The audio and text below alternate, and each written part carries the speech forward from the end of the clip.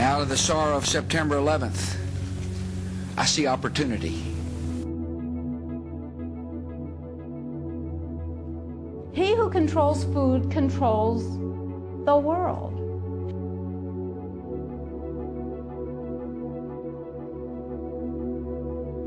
The world faces an enormous food crisis right now. Let's get the latest from There is a war going on. And it is not a war against terrorism. But it is a war that is being waged right across the globe. And it is happening right now. My friends, World War III has already started. It's just that the people have not yet realized that World War III is the war for the New World Order. And it is being waged against the people of the world by the elite, via the governments and the media they control. In this new war, the enemy is you. But the ruling elite know that the people vastly outnumber them, and they have no chance of success in an open war against humanity. So the methods they employ are those of deception. They know that the first and most crucial step into their plans for global conquest and the ultimate subjugation of the people is mind control. They know they must first successfully win a battle against the mind. This mind control is happening right across the globe. It is happening right now. And the tool they are using to achieve their ends is television. It has long been known by many that there are a few, very well-positioned, and very powerful families who sit at the top of the food chain, and that it is these private individuals who call all the shots and pull all the strings. These people control all governments via the stranglehold they have over the world monetary systems. And more people are waking up to the reality of this all the time. These are the same people who financed Hitler's rise to power, and who profit from both sides of all conflicts.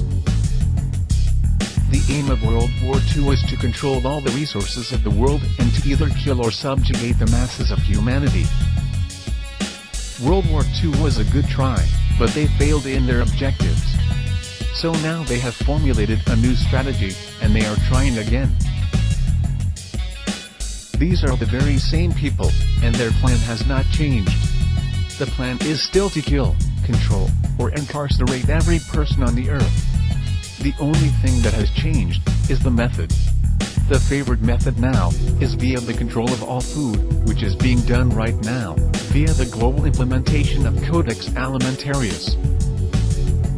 Through Codex, the elite have now managed to either phase out, or take control of, all vitamins and nutrient companies. They have introduced deadly toxins into people's diets, and purposely created nutrient-deficient foods, through the genetic manipulation, and control of world seed stocks, and have already reclassified many nutrients as toxin. They intend to reduce the world's population, by a minimum, of 3 billion people, by 2012.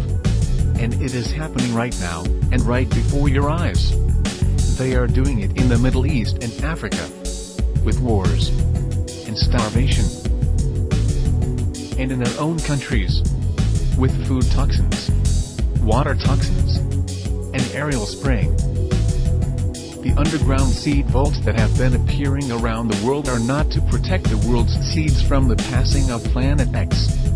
They are to protect the genetically pure and wholesome seed stock of the elite, in order to provide them with clean, nutrient-rich food, for years to come, and to keep the supply out of the hands of the people, who will be fed nutrient-devoid, genetically modified foods designed to kill them, but slowly, so the people do not notice it being done.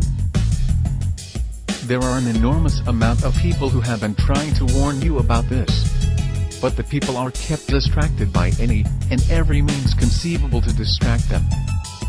Distracted by taxes, by sex, by crime, by media propaganda, by sport, by body image, by fashion, by meaningless celebrity gossip, by war, the threat of terrorism, by global warming, by TV, and by more TV. And now by Planet X. However, in all the talk and rumors of Planet X, there is a question that persists. If all this recent information surfacing on Planet X is true, and is so important, and is born from a genuine need and desire to help and inform humanity, then why are people selling their books and merchandise and charging people to access their websites? What use will they have for money after 2012 anyway? Why do many of these people promote the idea that the governments are going to save certain people in order to create a Star Trek-type society after the cataclysm? And why do they encourage people to ignore any conspiracies they may see around them, because all will amount to nothing in 2012, when Planet X passes by and the world changes? Though the crossing of the galactic ecliptic may well indeed be an evolutionary event, it is an event that is unavoidable and one that should be embraced. But whatever is going to happen, in the interim, a clear and present threat to human life exists on this planet that is very real. It is right in front of your faces. It is a war of depopulation by control of food and resources that is being waged by the elite. It is being waged against you, right now. And there are literally thousands of people trying to warn you about it. Forget squabbling over the finer points of conspiracy theories. Forget digging shelters in fear of Planet X. Forget arguing about whether there were planes or no planes on 9/11. We all know that 9/11 was an inside job. The cat is out of the bag, it's no longer open for debate, we all know it is true. So worry about the finer details later. Instead, focus on the now, and open your eyes to what's happening around you. Please. There are literally millions of us around the world, and if we could just set our differences aside for the moment, and take the time to address the root cause of the problem, we have the power to stop the New World Order in its tracks and to save humanity. But we need unity. We need to stand as one united movement, in order to effectively address the situation we are facing.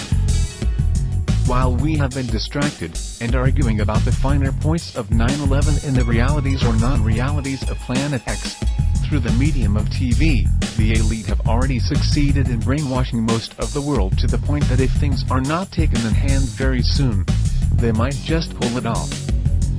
Standing as one unified voice is the only way we have any hope of succeeding in this fight. But it is also important to remember that many of the people who live around you do not have access to the internet. Many people have been taught to distrust it by the 6 corporations who control all world media. They have been taught to keep their children away from places such as YouTube, away from people like us who are trying to get the message out. And rest assured that the mainstream media will simply not inform people of the real facts surrounding any of these issues, or even make people aware that a matter may be up for debate. The only world news that most people know is what they are told in their newspapers or what is told to them by television news readers. So it is up to you. It is up to the internet people to inform them. It is up to all of us. Indeed, it is our duty to collect information, burn DVDs and hand them out to people so they can learn the reality of our situation. Talk to people on the street, do letterbox drops. Anything.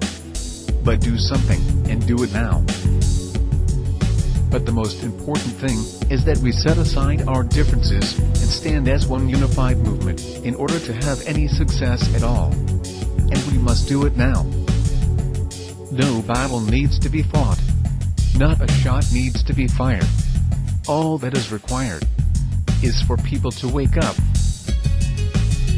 All that is needed is global awareness, so talk to your neighbors, turn off your television. Think for yourself.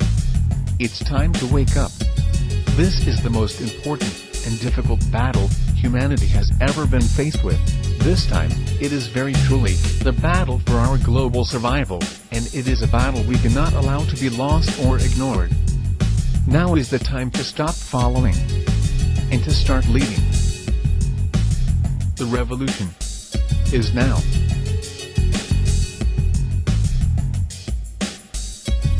Here's what we can do to change the world right now, to a better ride. Take all that money we spend on weapons and defense each year and instead spend it feeding, clothing, and educating the poor of the world, which it would many times over, not one human being excluded, and we can explore space together both inner and outer, forever.